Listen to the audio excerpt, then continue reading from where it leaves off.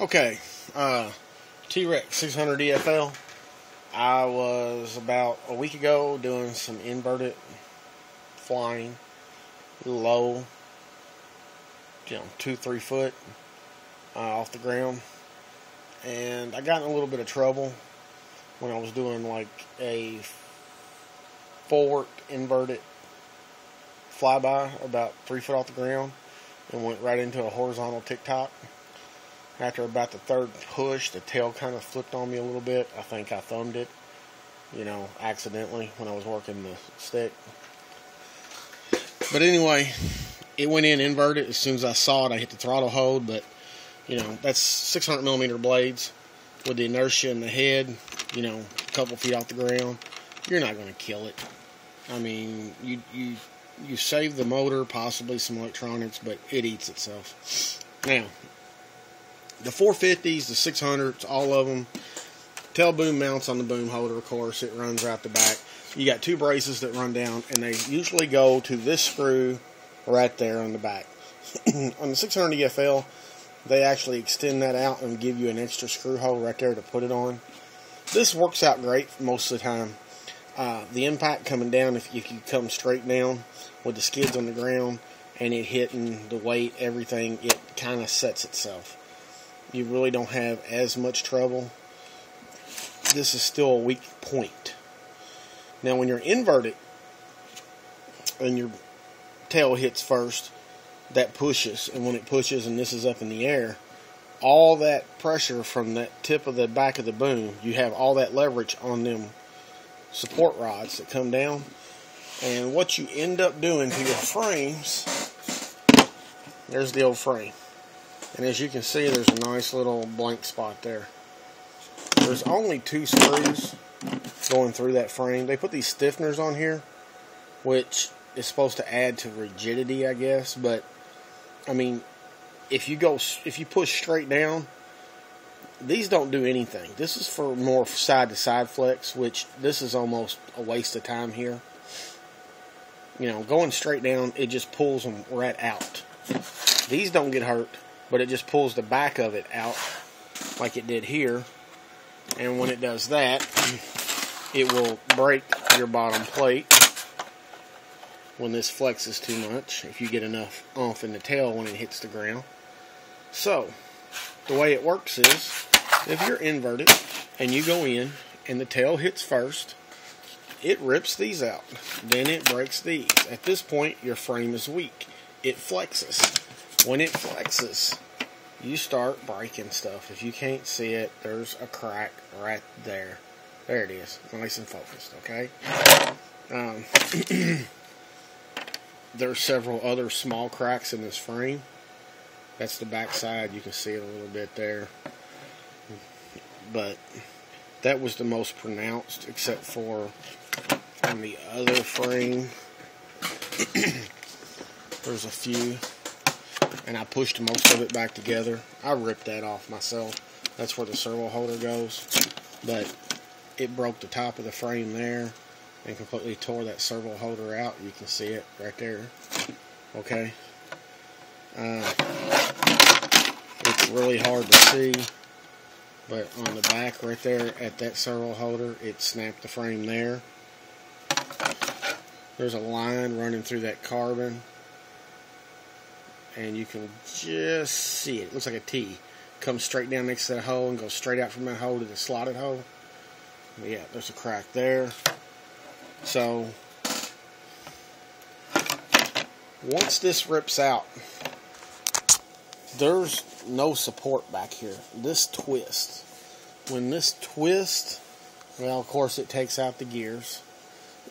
Now, when I say takes out the gears, I mean it took out a chunk of the gear because this flexed, this bound, and it ripped it out.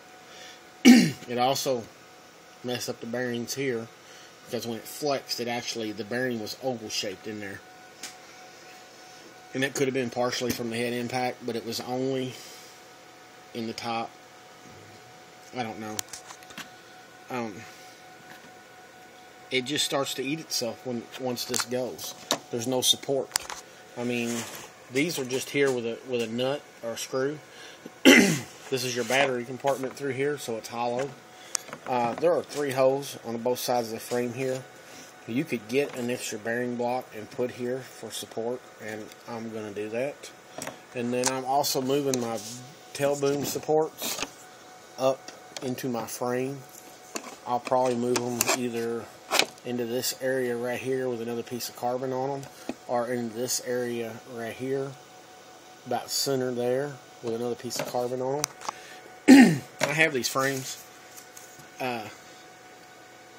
I'll probably take them, strip all the plastic off of them, CA all the cracks up real good, maybe put a little fiberglass on it, sand it down, and then I'm going to take a Dremel tool and just cut out around the plastic parts and the metal part here, and then I'm going to layer one over top of the other, basically double stack my frames. And I know everybody's going, oh, that's too much weight.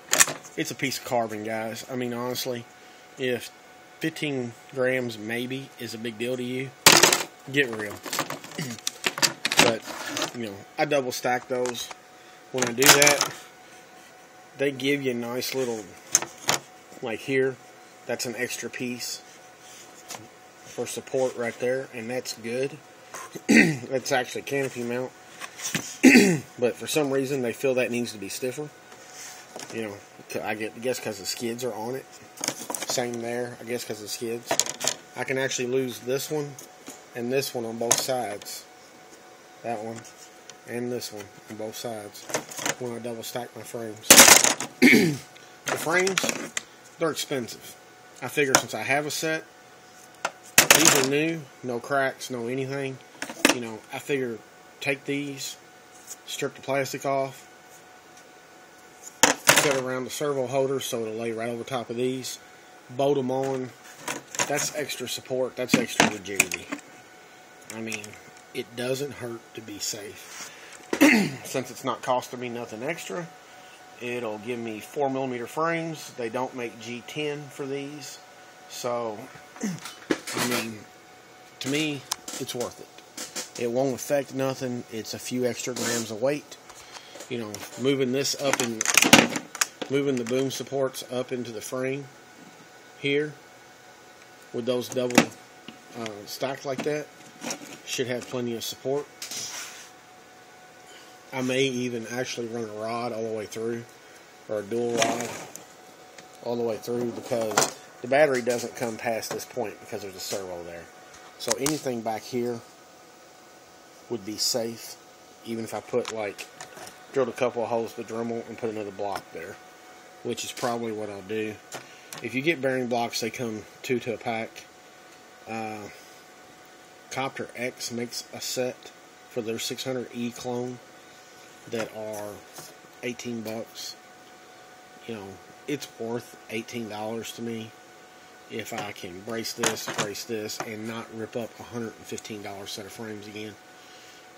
A little extra work, but, you know, it's worth it. I mean, honestly, you know, why not do that and be safe? But just so you know, if you're flying one of these and you do a lot of inverted stuff, if that tail comes in first when you're inverted, you're most likely going to rip out the back of your frames. I had a hard time understanding why mine ripped out the way it did, but after I started looking at it when I was rebuilding it, I started to understand what happened. So that's it. If you have one, you might think about it. It's the same thing with the 400s and the 500s, the 450s, 550s. You know, it's not as pronounced because there's not as much weight, but it's the same issue. I mean, I've yet to do it to a 450. I'm not saying it can't be done, but it only took once for the 600. And I mean, the rebuild cost on it, and I had some of the parts, was $280-ish, and that was with me having some parts. So, you know, it's not cheap, because once the frame goes, everything else starts to go, and you're looking at re-kitting. If I didn't already have some of the parts, it would have been cheaper for me to just buy a whole airframe kit and start it from scratch. Thanks for watching. Feel free to post your comments.